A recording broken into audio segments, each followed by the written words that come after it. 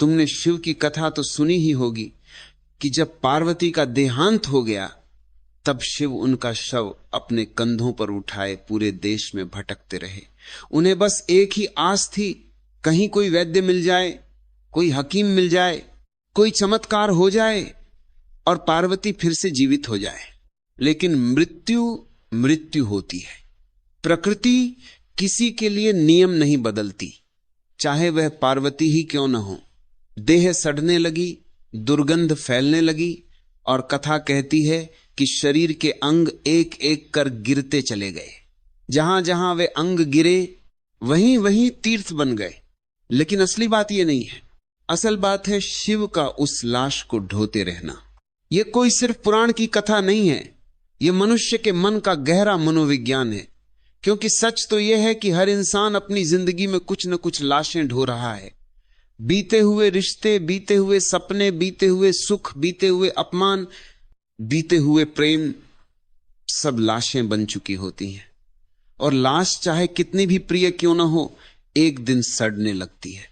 हम उन्हें ढोते रहते, यादों के कंधे पर लादे हुए।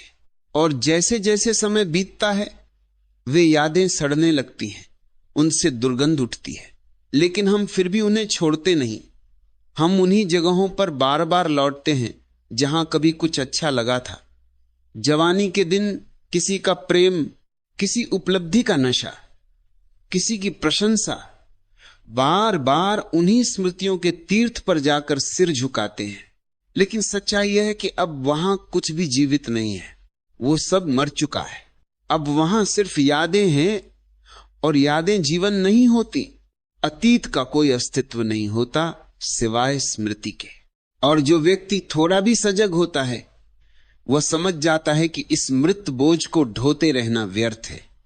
क्योंकि जो बीत चुका है उसे पकड़कर रखना अपने ही जीवन को सड़ाना है। और एक बहुत गहरी बात है, जिस दिन इंसान अतीत से मुक्त हो जाता है उसी दिन उसका भविष्य भी गिर जाता है। क्योंकि भविष्य असल में है क्या? भविष्य कुछ नहीं, बस अतीत को दोबारा जीने की चाह है। जो सुख कभी मिला था उसे और बेहतर तरीके से पाने की लालसा।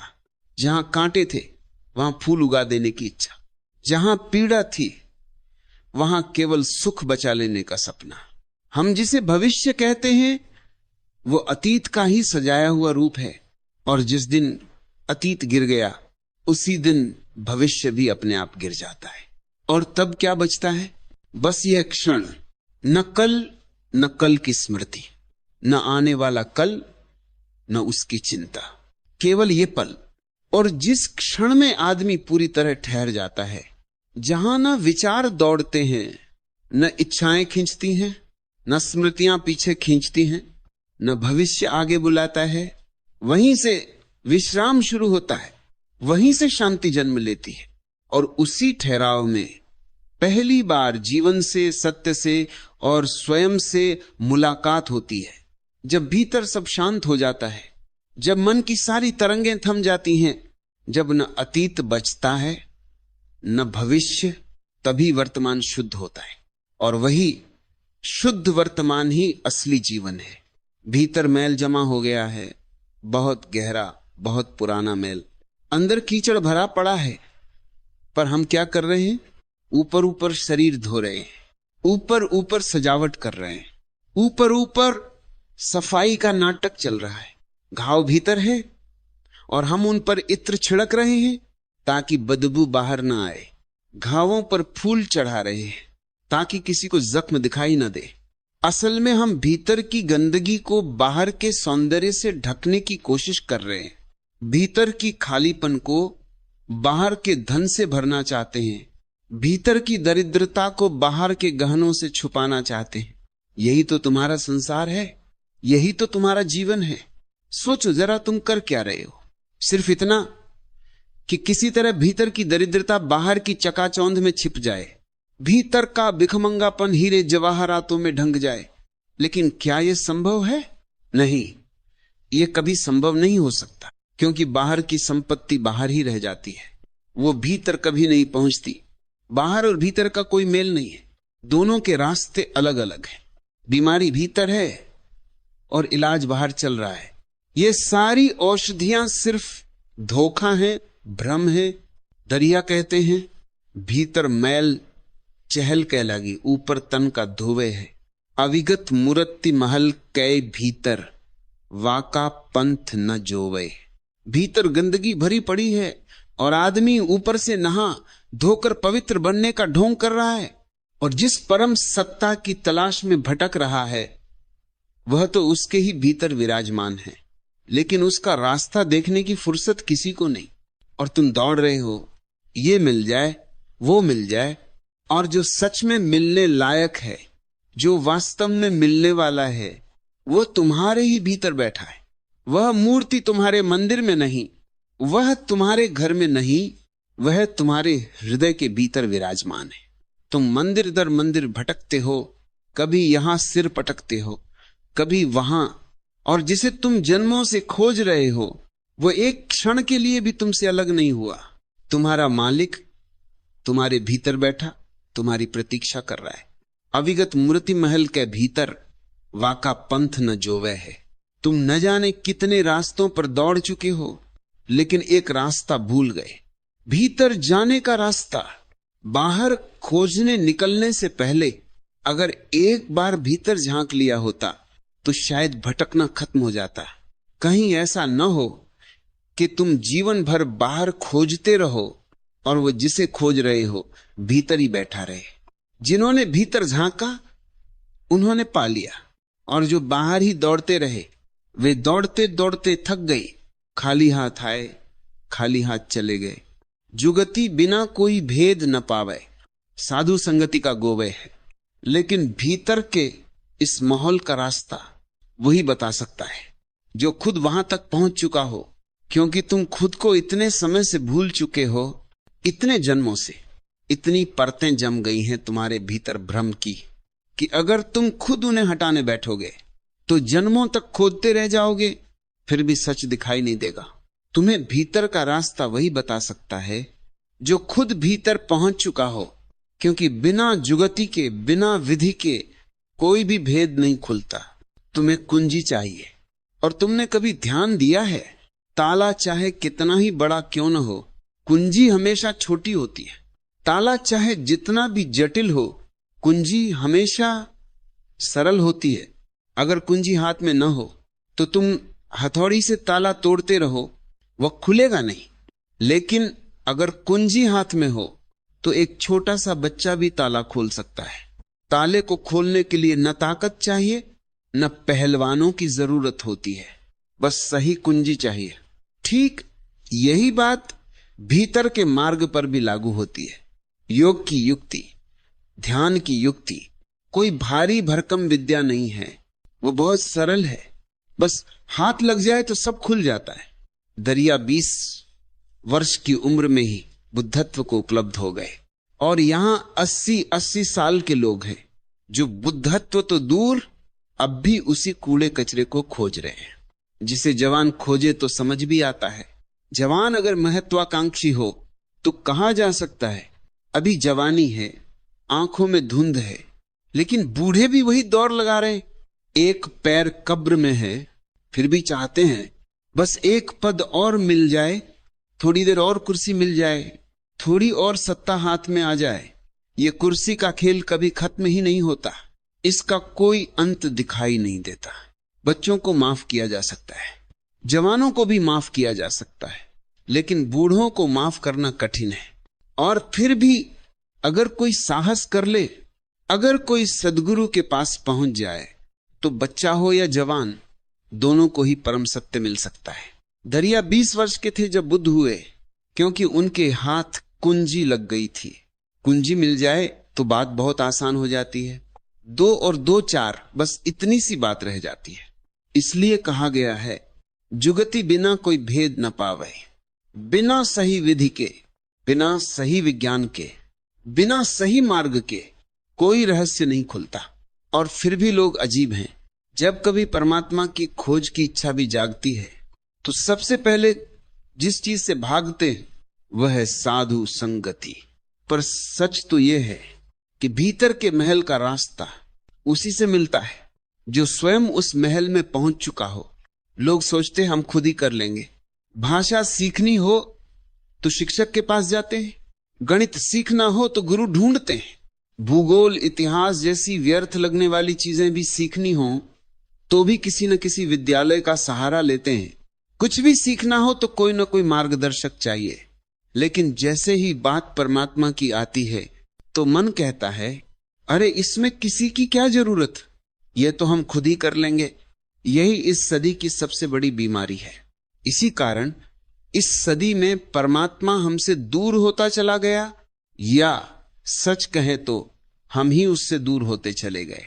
इस युग में आदमी के भीतर एक अजीब सा अहंकार पैदा हो गया है कि हम स्वयं पालेंगे, किसी के सामने क्यों झुकें, किसी से क्यों सीखें। और यह बात पूरी तरह गलत भी नहीं है। कभी कभी करोड़ों में कोई एक व्यक्ति बिना किसी के सहारे भी सत्य को पा लेता है, लेकिन वह अपवाद है। और अपवाद से नियम नहीं बनते, बल्कि नियम की पुष्टि होती है। इसलिए अपने अहंकार को संभाल कर रखना, क्योंकि साधु संगति से बचने का असली कारण यही अहंकार है। साधु संगति की पहली शर्त है समर्पण, झुकना, और अहंकार झुकना नहीं चाहता। इसीलिए लोग भागते हैं। किसी ने बहुत सुंदर कहा है, हुस्नो इश्क एक है, जाहिर में फकत नाम है दो। अगर ये सच है तो फिर हम उनके बराबर कैसे हो सकते हैं।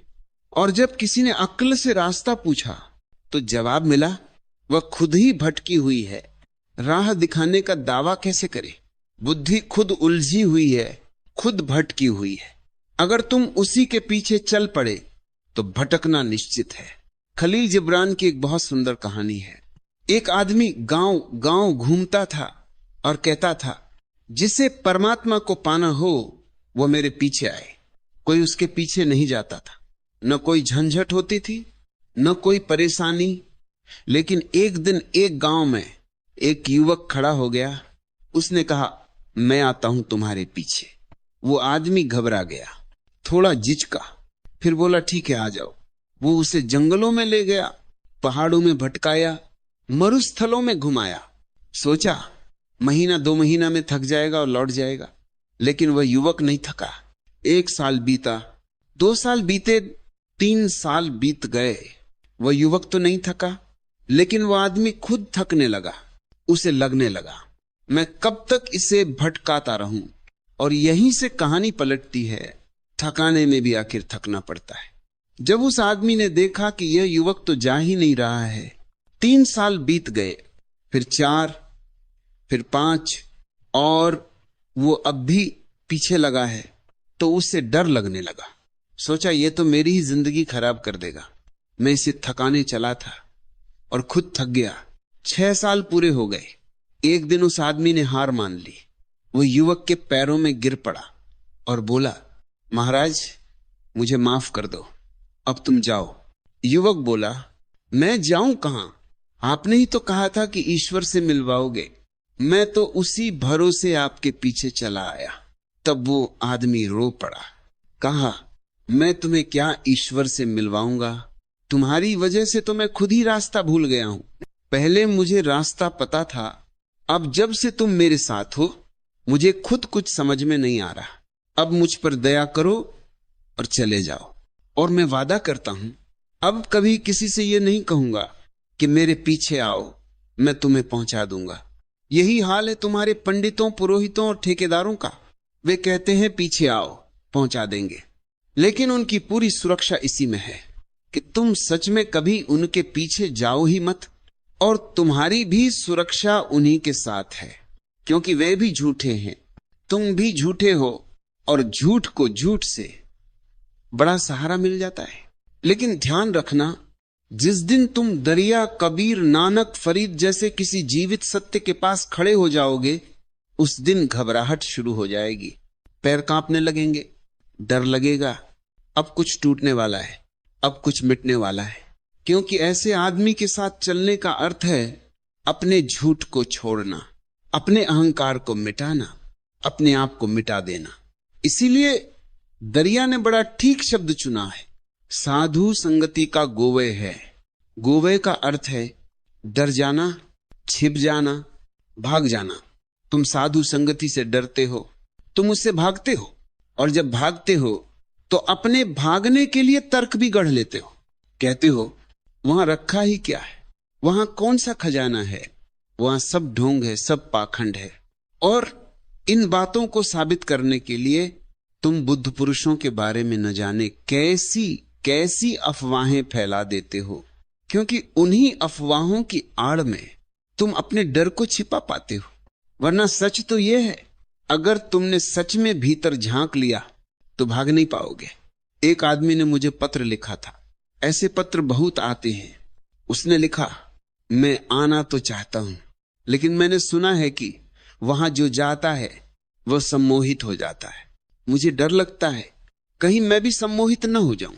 अब उसे शायद यह भी नहीं पता कि सम्मोहन होता क्या है, लेकिन एक शब्द पकड़ लिया है और शब्द के साथ डर जुड़ गया है।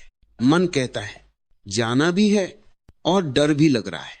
उसे लगता होगा लोग वहां ठीक ठाक जाते हैं और वापस गेरुए कपड़े पहनकर लौट आते हैं, तो जरूर कोई सम्मोहन हो रहा है। उसने लिखा, मेरे गांव से भी कई लोग गए थे, सब गेरुए कपड़ों में लौट आए और लौटकर उलटी सीधी बातें करने लगे। उसे समझ नहीं आ रहा कि जो बदला है वह सम्मोहन नहीं है, वह जागरण है। लेकिन जिसे नींद प्यारी हो उसे जागने वाला पागल ही लगता है। लोग कहते हैं ये ठीक बातें नहीं करते, और फिर जोड़ देते हैं हम तो इन्हें पहले से जानते हैं, अच्छे भले आदमी थे, जब गए थे तब बिल्कुल ठीक थे। और यही बात डर पैदा कर देती है। मन में शंका उठती है, कहीं मैं भी गया और उलझ गया तो, कहीं मैं भी बदल गया तो। इसी डर से आदमी पहले अपने चारों तरफ जाल बुन लेता है, अपने आप को समझा लेता है, नहीं अभी नहीं जाना है, पहले देखेंगे फिर तय करेंगे। और अगर कभी आ भी जाए तो बहुत संभल कर आता है, पूरा होश रखता है कि कहीं कोई झंझट ना हो जाए। दूर ही खड़ा रहता है, पास नहीं आता। यहां लोग आते हैं और कहते हैं हम पहले दूसरों को ध्यान करते देखेंगे, जब पूरा भरोसा हो जाएगा कि इसमें कोई गड़बड़ नहीं है तभी हम करेंगे। लेकिन सवाल यह है, दूसरों को ध्यान करते देखकर तुम क्या देखोगे?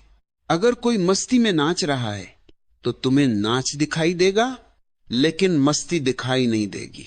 और नाच क्यों रहा है यह भी दिखाई नहीं देगा, क्योंकि जो भीतर हो रहा है उसकी बाहर सिर्फ परछाई दिखाई देती है। जैसे कोई नाचता है तो उसकी छाया भी नाचती है, लेकिन अगर तुम केवल छाया को देखते रहो तो क्या तुम नाचने वाले को समझ पाओगे? देह के बाहर तो सिर्फ छाया ही दिखाई देती है।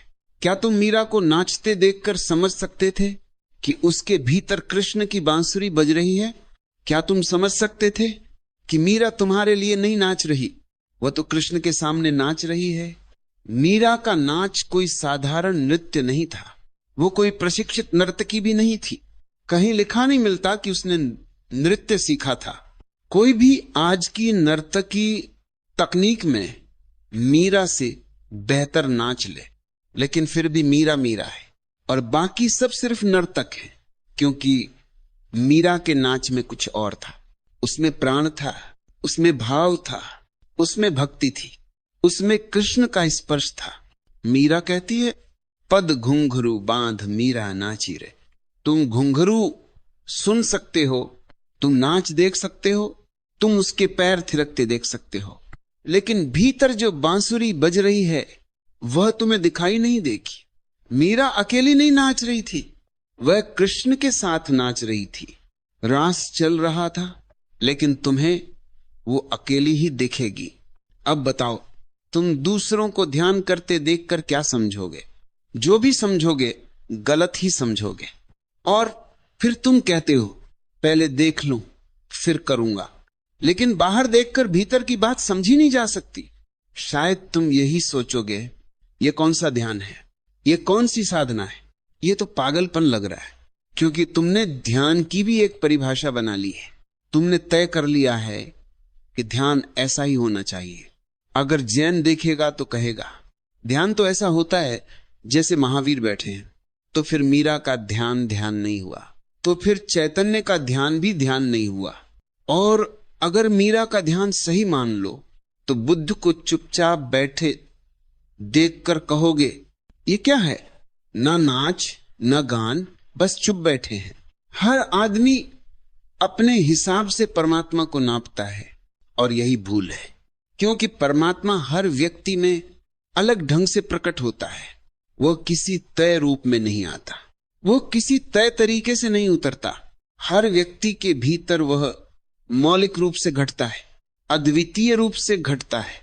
वह जब तुम्हारे भीतर घटेगा तभी तुम जानोगे। लेकिन तुम डरते हो, तुम कहते हो पहले देख लेंगे फिर करेंगे।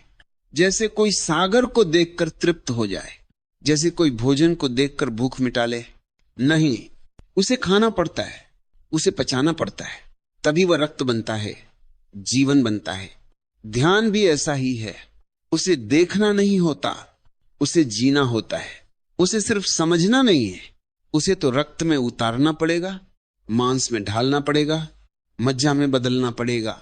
लेकिन यही डर पैदा होता है, क्योंकि जो लोग ऐसा कर लेते हैं, जो सच को अपने रक्त मांस में उतार लेते हैं, वे बाहर से कुछ अजीब से दिखने लगते हैं। थोड़े बेफिक्र, थोड़े मस्त, थोड़े दुनिया से हटे हुए।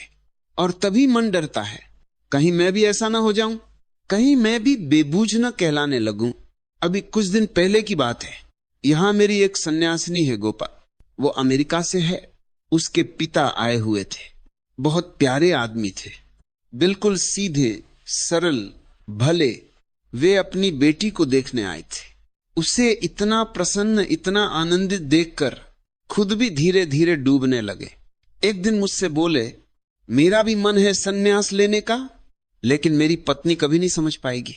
वो यहां है भी नहीं, उसे कुछ पता भी नहीं है, और वो बहुत ज्यादा बुद्धिजीवी किस्म की स्त्री है।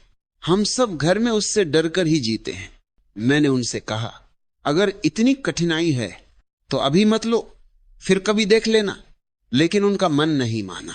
जैसे जैसे उन्होंने ध्यान किया, जैसे जैसे नाचे, जैसे जैसे भीतर कुछ खुला, अंततः उन्होंने कह दिया, नहीं, अब मैं सन्यास लेकर ही जाऊंगा। वे गए। कल ही खबर आई, उनकी पत्नी ने उन्हें पागल खाने में भर्ती करवा दिया है। कारण, क्योंकि पत्नी यह मान ही नहीं सकती थी कि कोई आदमी इतना आनंदित कैसे हो सकता है। जिस आदमी को उसने कभी हंसते नहीं देखा, जो सदा डरा सहमा रहता था, आज वही आदमी हंस रहा है, नाच रहा है। उसके लिए तो यह पागलपन ही था। अमेरिका जैसे देश में तो यह और भी आसान है, समझ लेना कि आदमी पागल हो गया। पत्नी कुछ कहती है और वो हंस देता है, समझाने की कोशिश करती है तो वो मुस्कुराता रहता है, कहती है, ये गेरुए कपड़े उतारो, ये माला क्यों पहनी है, ऐसे बाहर कैसे निकलोगे? और वो नाचने लगता है। तो स्वाभाविक है, पत्नी को लगा होगा दिमाग खराब हो गया है। और मजे की बात यह है, अगर सच में तुम्हारा दिमाग खराब न भी हुआ हो और लोग समझ लें कि हुआ है, तो तुम्हें और हंसी आएगी, क्योंकि तुम सोचोगे, वाह ये भी खूब रहा।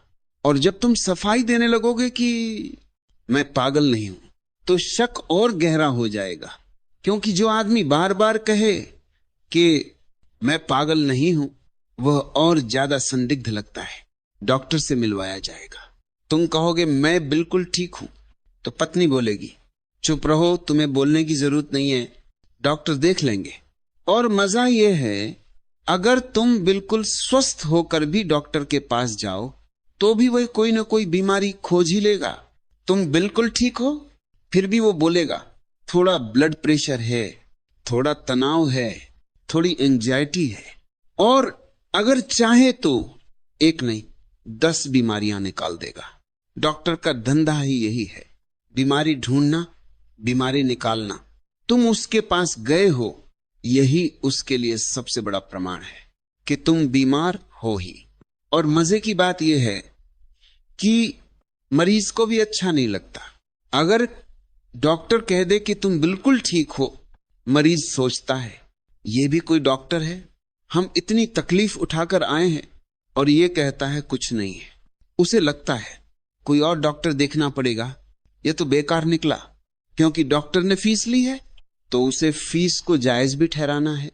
अगर बीमारी नहीं निकाली तो फीस कैसे सही ठहरेगी? इसलिए डॉक्टर कोई न कोई बीमारी खोज ही लेता है। और अगर तुम मनोचिकित्सक के पास जाओ और वहां हंसते हुए बैठे हो तो वह और ज्यादा घबरा जाएगा। वो सोचेगा यह तो कुछ ज्यादा ही गड़बड़ है, क्योंकि उसकी समझ में हंसता हुआ आदमी बीमार ही होता है। फ्रांस का एक युवक संन्यास लेकर गया था। वहां नियम है कि एक उम्र के बाद 2 साल फौज में भर्ती होना ही पड़ता है। वो मेरे पास आया और बोला, अब क्या करूं? मैं सेना में नहीं जाना चाहता। मैंने यहां प्रेम सीखा है, मैं हिंसा नहीं सीखना चाहता। मैंने उससे कहा, कुछ मत करना, जब भी वे बुलाएं तू बस कुंडलिनी ध्यान कर लेना। उसे बात जंच गई। कुछ दिन बाद खबर आई, सरकार ने उसे पागल घोषित कर दिया है और सेना में लेने से मना कर दिया है। क्यों? क्योंकि जब भी वो दफ्तर जाता वह वहीं खड़े खड़े कुंडलिनी ध्यान करने लगता था, हाथ पांव हिलाने लगता था, सांस बदल जाती थी, पूरा शरीर ऊर्जा में थिरकने लगता था। उन्होंने जांच की, डॉक्टरों ने देखा और नतीजा निकाला, ये आदमी पागल है। मुझे सुनकर बहुत हंसी आई। यह भी कोई जांच है? उन्हें समझ ही नहीं आया कि यह पागलपन नहीं, ध्यान है। लेकिन आदमी अपने बचाव के लिए तर्क ढूंढ ही लेता है, शब्द खोज लेता है, अपने डर को सही ठहराने के लिए बड़े बड़े तर्क गढ़ लेता है। इसीलिए कहा गया है, जुगति बिना कोई भेद न पावे, साधु संगति का गोवै। तुम साधुओं की संगति से क्यों भागते हो? क्यों डरते हो? क्यों छिपते हो? क्योंकि वहां जाकर तुम्हारा झूठ गिर सकता है, तुम्हारा मुखौटा टूट सकता है, तुम्हारी नींद खुल सकती है। और आदमी को सबसे ज्यादा डर जागने से ही लगता है। किसी ने ठीक ही कहा है, मंजिल ए दोस्त का निशान देखिए किस तरह मिले। जिसे सच में पाना होता है उसे खोना पड़ता है, जिसे सच में जागना होता है उसे पहले पागल कहलाना पड़ता है। अकल तो खुद ही भटक चुकी है, अब वह किसी की राह कैसे दिखाएगी? जब बुद्धि ही रास्ता भूल जाए तो फिर किसी ऐसे को खोजना पड़ता है जो बुद्धि से आगे का हो, जो तर्क से ऊपर उठ चुका हो।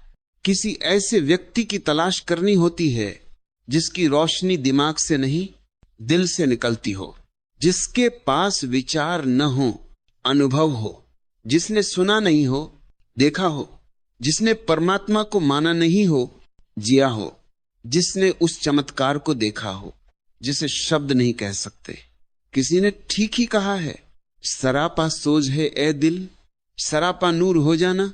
अगर जलना तो इस तरह जलना कि जल वागा है तूर हो जाना। हमारे दिल के जख्मों ने भी अजीब खेल रचा है। छुपाने चले थे दर्द को और वही नासूर बन गया। मिलन की कल्पनाएं अब मन को झुलाने लगी हैं, कभी पास बुलाती हैं, कभी दूर धकेल देती हैं।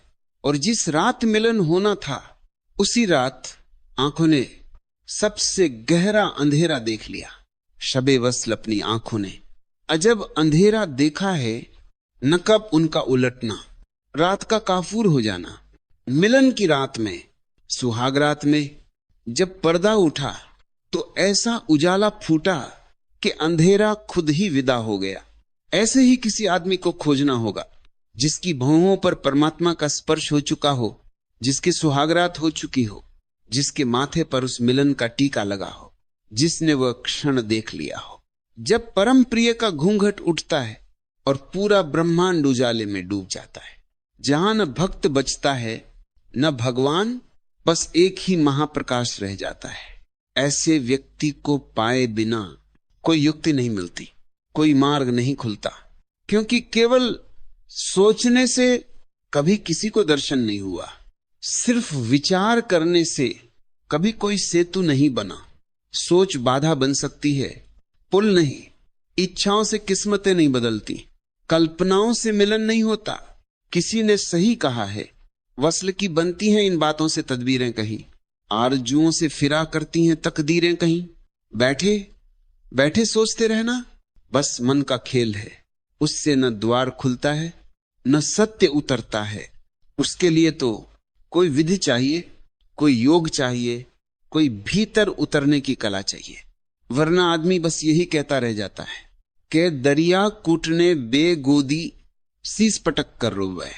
तुम साधु संगति से भागते हो और फिर सिर पटक पटक कर रोते हो कि जिंदगी नहीं मिली, जीवन का रहस्य समझ में नहीं आया, आनंद नहीं मिला, सत्य नहीं मिला, सब कुछ व्यर्थ चला गया। रोते भी हो और वहीं से भागते भी हो जहां से जीवन की कुंजी मिल सकती थी, जहां से द्वार खुल सकता था, वहीं से पलायन कर जाते हो। इसीलिए दरिया बड़ी कठोरता से लेकिन भीतर से बड़ी करुणा के साथ कहता है, कह दरिया कूटने बेगोदी। कूटने यानी धूर्त, चालाक, कूटनीति करने वाला, और बेगोदी यानी कायर।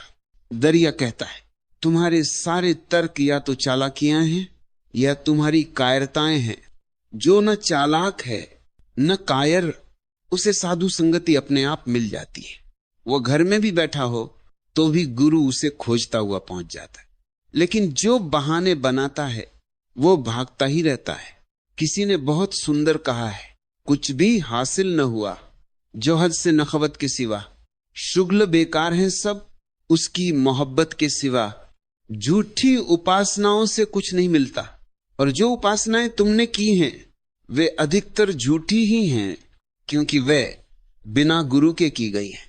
आरती कर ली, पूजा कर ली, हवन कर लिया, लेकिन जरा यह भी तो पूछो, जिसने तुम्हें यह सब करवाया, क्या उसने खुद परमात्मा को जाना है? उसकी आंखों में झांको, क्या वहां शांति है? उसके स्पर्श में कोई कंपन है? उसके पास बैठकर क्या भीतर कुछ जागता है?